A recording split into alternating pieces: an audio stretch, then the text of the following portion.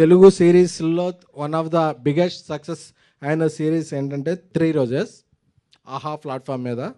Baby కన్నా ముందు నేను ట్యాక్సీ ఎలా చేసినా నాకు ఓటీటీలో ఒక కాంటెంట్ చేయాలంటే నాకు ఒక ధైర్యాన్ని ఇచ్చింది 3 రోజెస్. నాకు ఆ ధైర్యాన్ని ఇచ్చేలా ఇన్స్పైర్ చేసింది నా సోల్మేట్ డార్లింగ్ మారుతి, నా ఫ్రెండ్. ఎందుకంటే ఈ పాయింట్ ఈ సిరీస్కి ఆయనే ఇచ్చారు.